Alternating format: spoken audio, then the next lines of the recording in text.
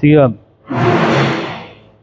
Gandang araw po. Ako po si CRP na Jim D po. So, meron naman po tayo another proof of completion para kay Sir John Gerard Lau ng Salugnon, Baylan, sa Roa City, sa Capi, sa Iloilo to. So, yung topic po natin for today is may nagtanong kasi sa atin sa YouTube kung kailangan ba daw yung mga permit at lisensya sa pag-ooperate ng gym business. So, maganda yung tanong na yun at ito yung honest na opinion ko talaga.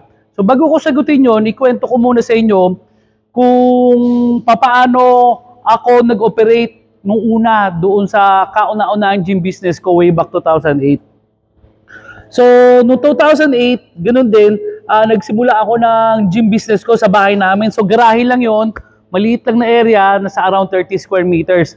Honestly, hindi talaga ako nakakuha ng nung permit, business permit para doon kasi parang liblib na lugar naman, maliit lang na pwesto, wala namang pumapansin. Tapos nung nag-start na ako lumipat doon sa mas malaking pwesto ng Gym Republic ngayon na nasa 1,200 square meters, doon ako kumuha ng permit.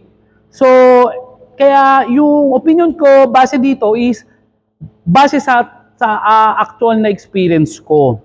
So, may mga instances talaga na makakapagtayo ka ng ng business sa Pilipinas nang hindi ganoon kahigpit yung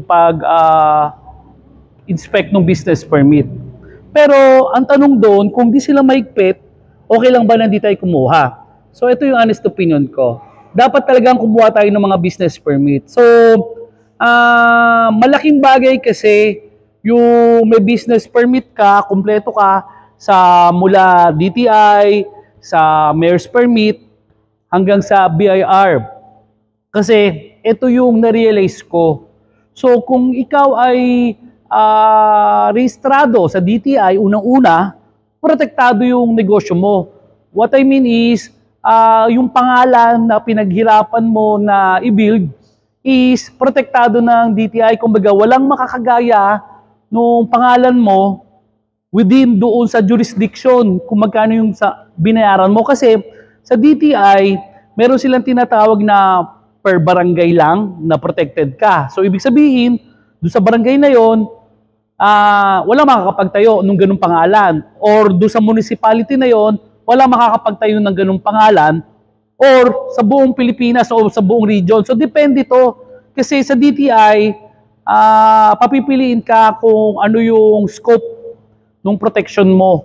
So, yun yung isa sa pinakamalaking diferensya pagka-registered ka sa DTI.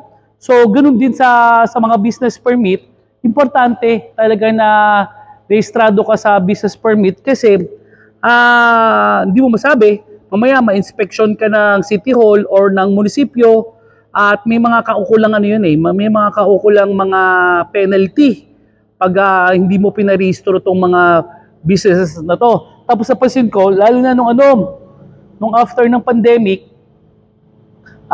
lalo naging mahigpit, hindi lang sa amin, kundi sa ibang lugar, pagdating sa mga permit, kasi medyo naghahabol ng budget yung City Hall or munisipyo. So, I suggest, talagang kumuha kayo. Lastly, doon sa BIR, I suggest talaga kumuha kayo. Total, marami kasi pag minsan natatakot na kumuha ng BIR kasi parang ang laki ng babayaran. Pero yung amount na babayaran mo sa BIR is magdedepende naman to dun sa i-declare mo. Actually, may mga paraan naman, legal na paraan kung paano mapapababa yung babayaran mo sa BIR. May mga tinatawag tayong mga deductible. So pwede mo i-deduct doon sa, hindi naman kasi binabase ang tax kung ano yung sales mo. So magkaiba yung sales at saka yung net income. So ang tax is binibase sa net income. So kunyari ganito kalaki yung sales mo, paano mo mapapaliit yung net income mo? Kasi doon ibabase ng BIR. So doon sa net income, pwedeng i-deduct doon yung mga sweldo ng tao, yung mga expenses sa renta, etc. etc. Kagaya niyan, pag minsan kasi, hindi na natin pinapasweldo yung sarili natin sa negosyo natin eh.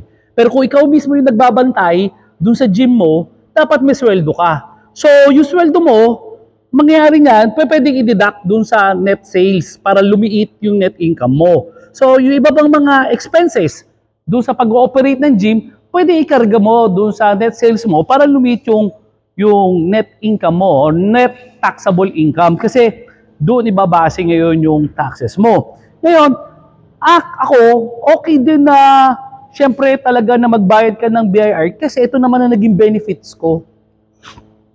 Isa sa pinakamalaking benefit na nakuha ko sa pagkuha ng mga lisensya, na pagkuha ng BIR, is nakakautang na ako ngayon sa mga financial institutions kagaya ng bangko. Kasi isa sa mga requirement ng bangko is meron ka pinagkakakitaan. So, hindi uubra na sabihin mo, ako may-ari itong gym na to, pero hindi ka naman nagbabayad ng tax. So, yun yung magiging basehan nila eh. So, nire-require din ng bangko na meron kang pinagkakakitaan. So, para dun sa mga future expansions mo, or kunyari, may kailangan kang mga extra na capital, makakautang ka ngayon sa mga bangko or maski makapag-apply ka ng credit card. Pagka meron kang ma-declare na pinagkakakitaan mo. So ako, yun talaga ang suggestion ko. Kumuha tayo ng mga permit ng DTI, Mayor's Permit, at saka ng BIR. Kasi protection din natin to eh. Para rin sa atin to, malaking maitutulong na mga permit na to para sa negosyo nyo. Tapos, ito pa yung bonus na topic natin for today. So, may nag-comment uli sa YouTube channel natin na okay lang ba sa bahay lang gawin nyo yung gym niya. Yung po lagi ko sinasagot, better talaga sa bahay. Mas maganda sa bahay. Yang maaring liblib yung bahay mo, pero accessible naman ng mga sasakyan, madadaanan ng tricycle, madadaanan ng motor, pwede po yan, mapupuntahan kayo.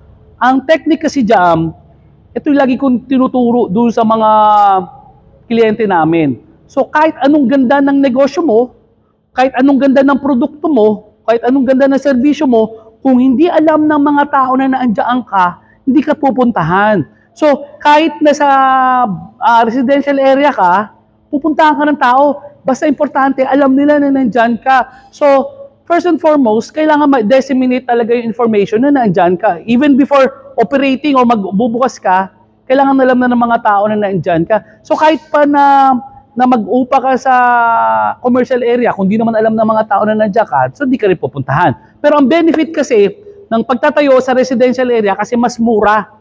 Either mas mura yung upa or doon ka na mismo sa bahay mo magtatayo. Ang maganda kasi doon, mas maliit yung overhead expense mo. Kumbaga, halos neto na yung makukuha mo. Kasi isa sa pinakamalaking gastos talaga sa pagpapa-operate ng gym business is yung renta. So kung sa bahay ka lang, sarili mo yung bahay mo, di ang ganda nun. Or kung sa residential area ka uupa, aliit lang nung upa nun.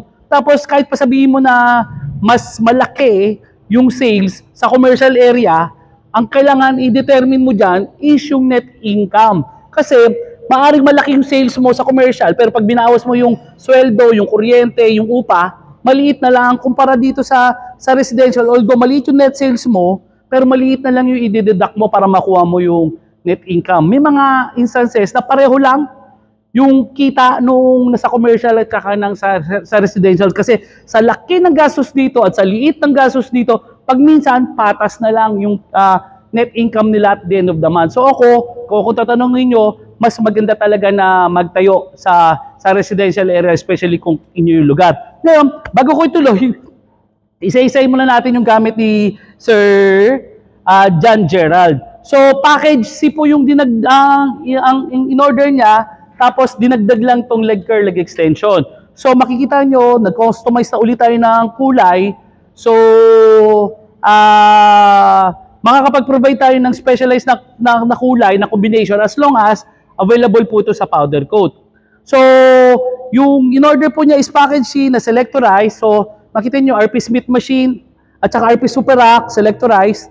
Kagaya ng lagi nyo na papanood, ang left side nito is rowing, ang unahan is Smith machine, crossover sa kaliwa, ganoon din sa Super Rack, squat rack sa unahan, crossover sa kaliwa, at kanan is lat pull down. So itong dalawang to, pag pinagdikit nyo is nagiging crossover. So, itong maliit na footprint na kakainin nito, kahit 6 na tao pwedeng sabay-sabay. So sulit ka rito kasi kung tutuusin, maliit lang yung kakaining space nito kumpara kung iisa-isahin mo yung mga gamit na kayang gawin nito. So again, meron siyang adjustable utility bench, preacher curl, leg extension, up bench, deep leg raise, leg curl, leg extension, dips. So ang package C, kagaya ng ibang mga package, may kasama na po siya mga plates, bars at dumbbells.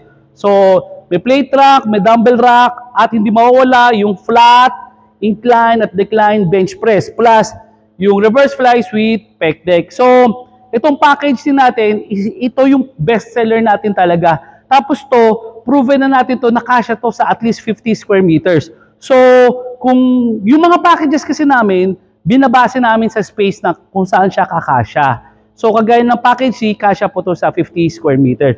So kung may iba pa po kayong tanong, maganda na makapag-comment kayo para at least ma-feature natin sa isang video natin kung ano yung mga sagot ko or opinion ko dun sa mga katanungan nyo. So nagpapasalamat talaga tayo sa walang sawang pagtangkilik sa Gym Depot. So ngayon, deliver naman tayo sa bandang Capiz. So Luzon, Visayas, Mindanao po yung nadideliveran natin. Salamat po sa pagtitiwala sa Gym Depot. Ako po, Liz RP ng Gym Depot. Maraming salamat po.